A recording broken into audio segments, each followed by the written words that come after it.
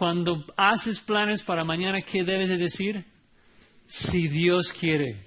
Si Dios quiere, viviremos. Si Dios no quiere, no tendré vida. ¿No? ¿Cómo puedo yo prometerte algo mañana si yo no sé si tendré aliento mañana? ¿No? Entonces es pecaminoso que yo jure, mañana lo voy a hacer, pues luego voy a caer en condenación porque no está en mí el poder cumplir mi palabra. Yo no tengo poder soberano para siempre cumplir. Entonces siempre, si Dios lo permite. ¿No? Hermanos, la segunda razón que Santiago nos da también es importante porque habla de la motivación detrás del juramento. Como ya mencioné, el hombre jura porque su palabra es barata, no vale. Y Santiago dice, sería mejor simplemente que nuestro sí sea sí y nuestro no, no. ¿No?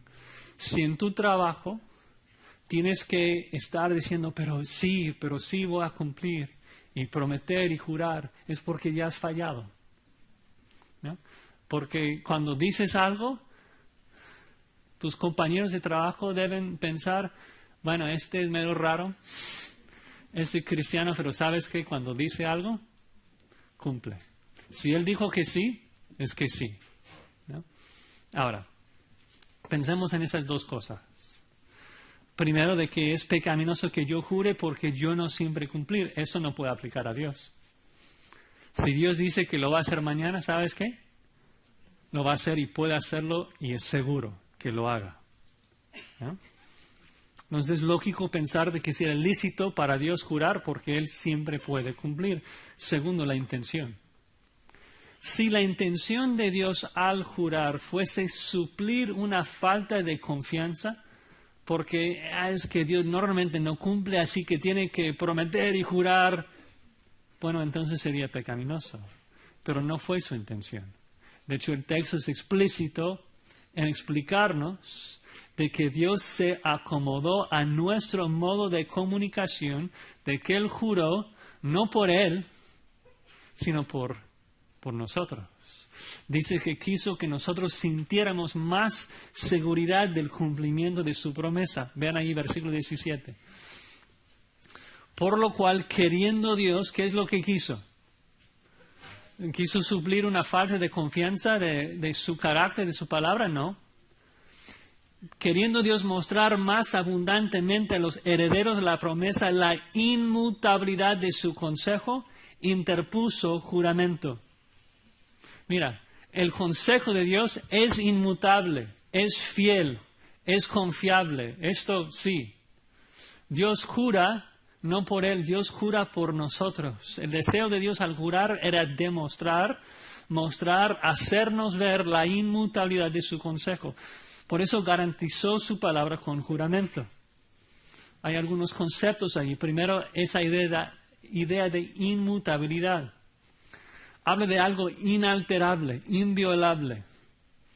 En un contexto legal se trata de un documento firmado que no puede cambiar. Es un bello concepto pensar en esto. De que Dios hizo una promesa y para comunicar de que esa promesa era firme, de que no puede cambiar, en nuestra cultura sería como que sentarse delante de un notario público y firmar cada página. ¿Y por qué firmar cada página? Para mostrar de que el contenido de la promesa no puede cambiar, es inalterable. El punto otra vez es, mira, es firme, el documento es inalterable si Dios lo firma o no lo firma. Porque si Dios lo promete, si Dios lo dice, lo va a hacer. Es Dios, no puede mentir, es fiel. Entonces la firma no es para Él, para obligarle a cumplir. Él siempre cumple. La firma es para ti. La firma es para tu alma, para consolarte de que tu esperanza es segura, para hacernos descansar en Él, para poder trabajar sabiendo de que mi herencia no se puede disminuir. ¿No? Menciono esto porque aún ahí la palabra consejo habla de esto. ¿no? Dice la inmutabilidad de su consejo. ¿Qué tal el consejo de Dios en la Biblia? Muchos ejemplos. Hechos 4:28 dice esto, hablando de la cruz. Verdaderamente se unieron en esta ciudad contra tu santo Hijo Jesús, a quien ungiste Herodes, Pilato, los gentiles, Israel. Y dice esto, para hacer cuanto tu mano y tu consejo habían antes determinado que sucediera. ¿Por qué es que Jesucristo fue a la cruz? ¿Por qué es que fue matado? Porque el consejo de Dios lo había determinado. Hermanos, todo lo que Dios decide hacer, lo que su consejo determina hacer, siempre sucede. Dios es soberano, su consejo es firme. Entonces, un juramento, es muy importante entender eso, un juramento divino no hace que su palabra sea más firme, no puede ser más firme. Juró para que tú sintieras más la certeza de tu esperanza. Qué consuelo, qué consuelo, que Dios haya jurado. Además, me encanta el hecho de que en vez de llamarnos cristianos o llamarnos creyentes o algo así, dice que lo hizo para los herederos de la promesa. Nosotros somos herederos de la promesa que Dios hizo con Abraham. Recibimos la bendición que Dios trajo al universo a través de la simiente de Abraham, Jesucristo. Pero el punto es de que la palabra heredero también confirma la certeza de nuestra bendición. ¿Por qué? Porque si somos herederos, entonces la bendición es legalmente nuestra. No sé si has pensado en esto. Si eres un heredero, el cielo es legalmente tuyo. ¿No? Si el heredero no recibe su herencia, o sea, eso es injusto, no puede ser, no puede ser. Es seguro, tenemos que recibirlo. La salvación es legalmente mía. ¿No? Es inimaginable la bendición. ¿No? Solamente tenemos que esperar recibirla. Y ahí a veces el problema. ¿No? Leemos en las noticias cómo a veces los herederos se exasperan, incluso matan a sus padres. ¿Por qué? Porque lo quieren ya. No pueden esperar, no pueden esperar con paciencia. Hermanos, no seamos hijos malos. La bendición es legalmente nuestra, solamente tenemos que esperar un poco de tiempo para disfrutarnos de todas sus bendiciones. Ahora, en particular, ¿por qué entonces es que Dios juró? Versículo 18.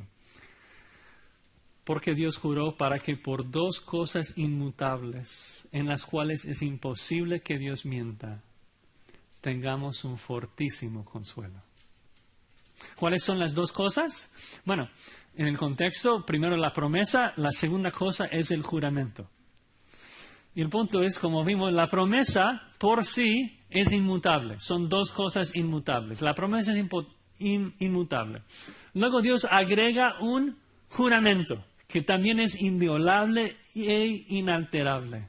Pero además de eso, el autor agrega que en esas dos cosas inmutables hay que pensar en que es imposible que Dios mienta. Así que da aún más seguridad. Y la pregunta es, ¿por qué tanta confirmación? Si Dios solamente puede hablar y es seguro, ¿por qué luego promete y por qué luego jura? Para que tengamos un fortísimo consuelo. Un fortísimo consuelo. La palabra consuelo es paráclesis, una palabra que conocemos. Se usa para describir a Jesús como nuestro abogado defensor. Se usa también el Espíritu Santo como nuestro consolador. Este es un consuelo, pero un consuelo fortísimo, fuerte. Dios quiere que tu consuelo sea tan fuerte, jamás pueda fallar. Que en los tiempos de peor angustia puedes agarrarte de este consuelo, aferrarse a ella, acudir al juramento divino, decir, sé que Dios me va a salvar. Sé que Dios va a terminar la obra que empezó en mí, porque si yo no llego a la gloria, Si un heredero no llega a la gloria, no es porque él haya fallado, es porque Dios mismo ha mentido. Eso es imposible, imposible. Él es quien ha jurado bendecir al heredero. Dios está hablando y Él dice, si tú recibes mi promesa, recibirás mi bendición, te lo juro. Qué consuelo, qué paz, qué amable que Dios haya hecho así para que nosotros, los débiles en la fe, que tantas veces nos desanimamos, que Él haya jurado, que haya puesto su reputación en juego. Tanta paz de saber de qué lo va a terminar la obra que empezó en nosotros. Ahora la pregunta, tal vez una de las más importantes, ¿quiénes son estos herederos? ¿No? Uno puede pretender ser heredero, pero ¿quiénes son de verdad? Dice versículo 18, los herederos son los que hemos acudido para asirnos de la esperanza puesta delante de nosotros.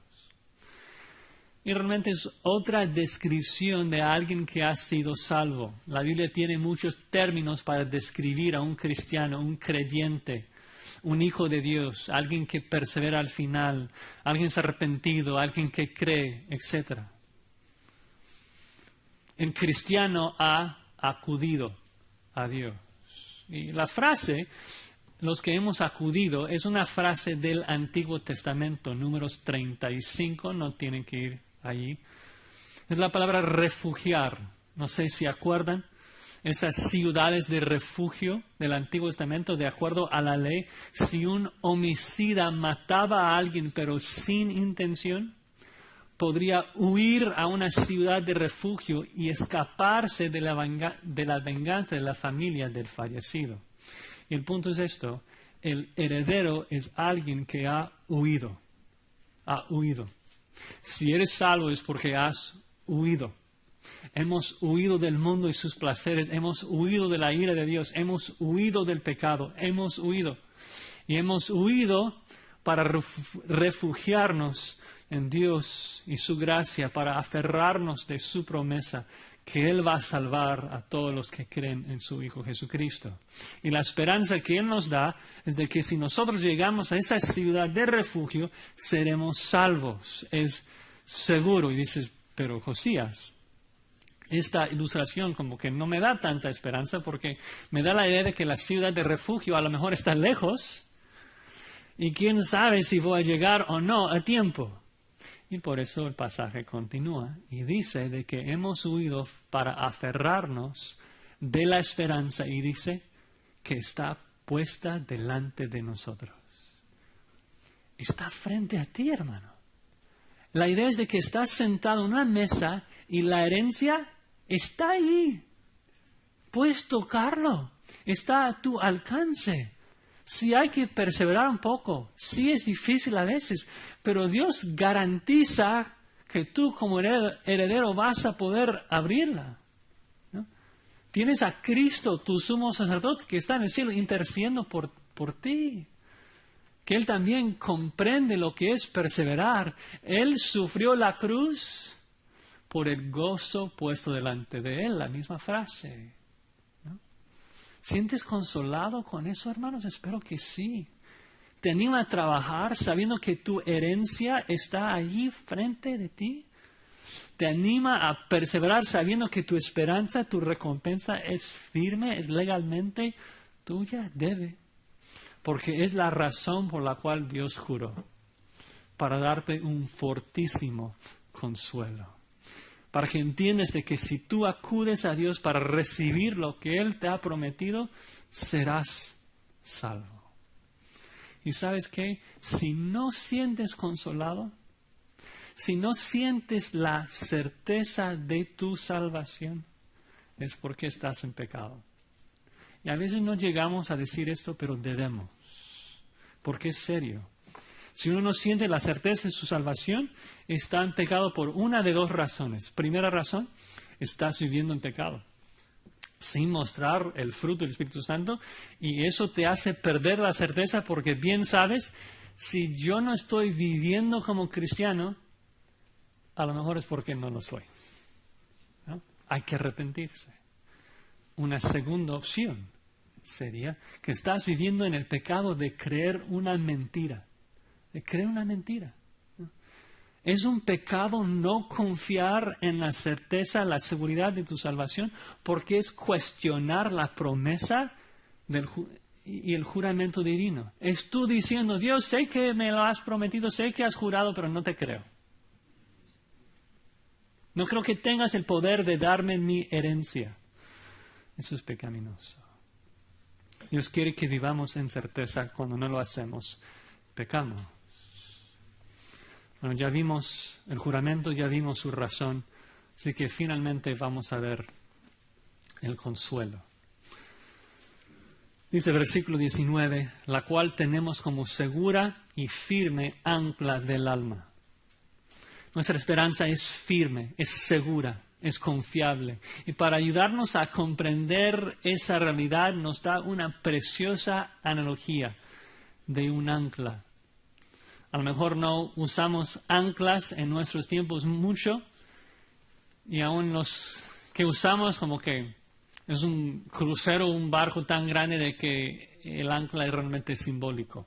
Pero si pensamos en un barco pequeño en la costa del mar con olas, tener un ancla pesada que puedes echar ahí al fondo del mar o amarrar al embarcadero, provee una estabilidad y paz perfecta para este barco.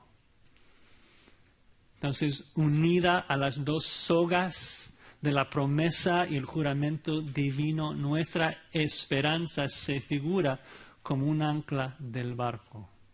Un ancla que provee perfecta estabilidad. No importa lo que pase, no importa las olas o el viento, no podemos movernos.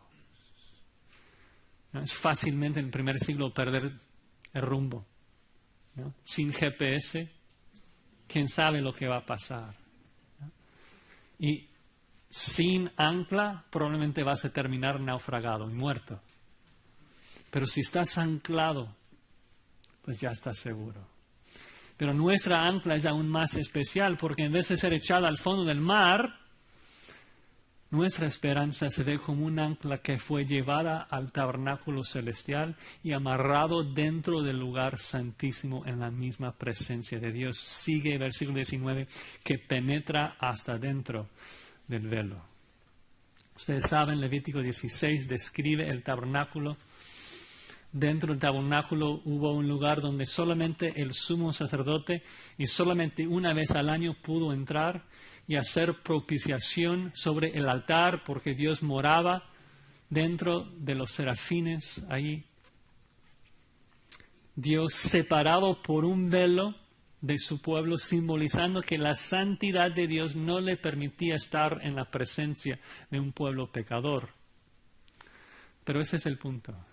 Si nuestra ancla está dentro del velo, entonces tiene que ser nuestra destinación final.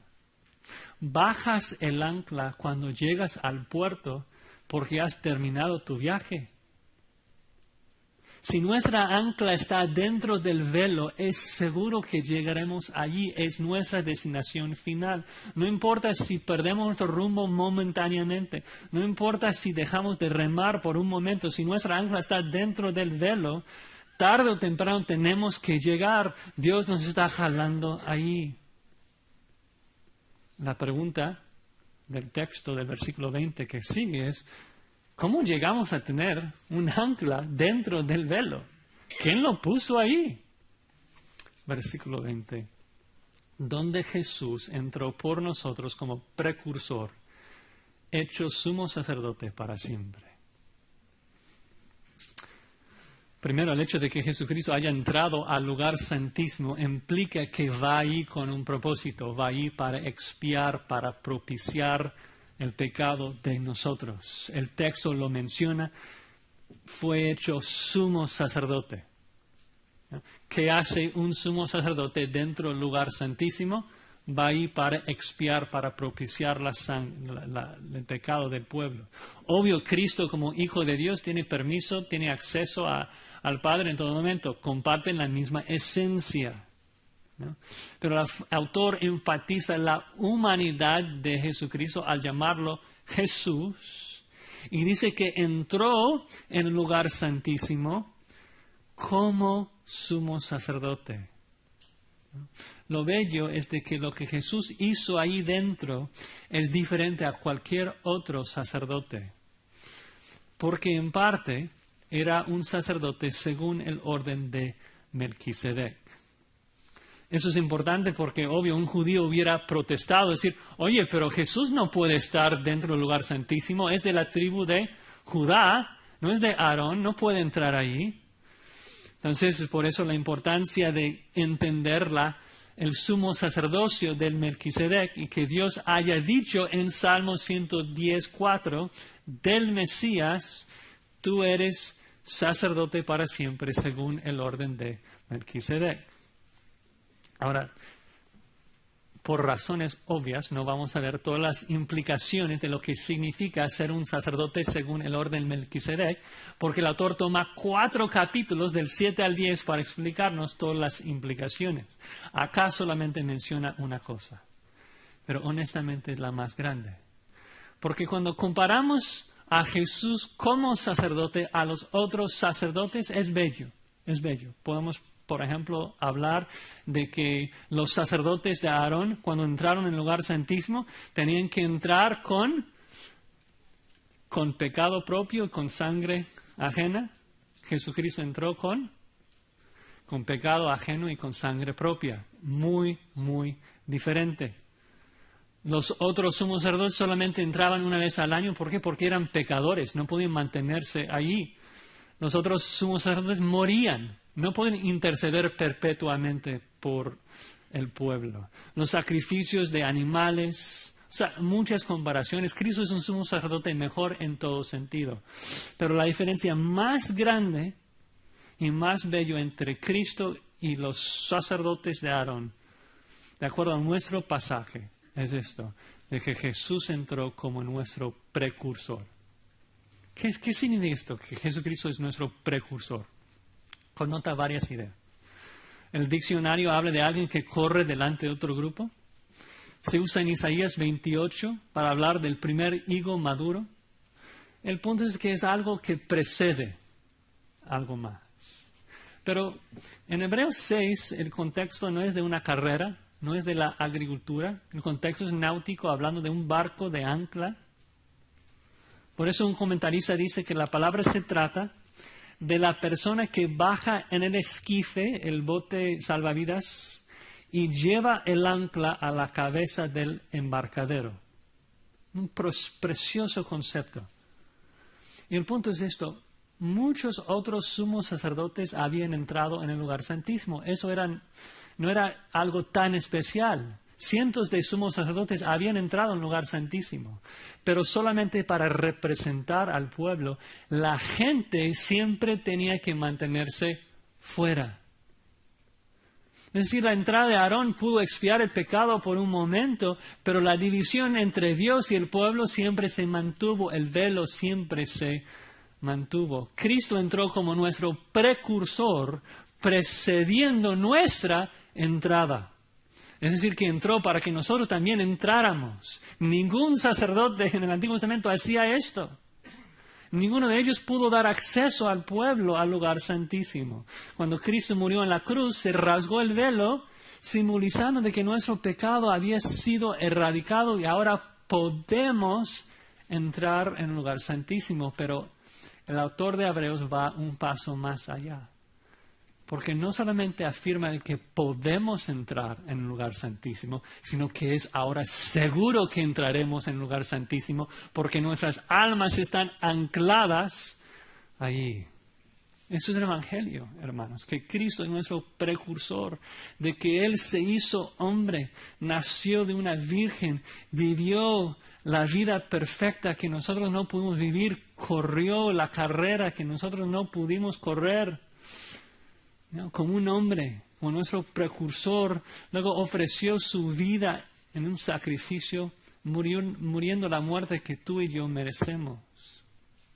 Y después de vivir esa vida perfecta, Dios lo resucitó y cuando Jesucristo llega al lugar santísimo, ya amarrado a los suyos, a nosotros, nos ancló en un lugar santísimo. Hermanos,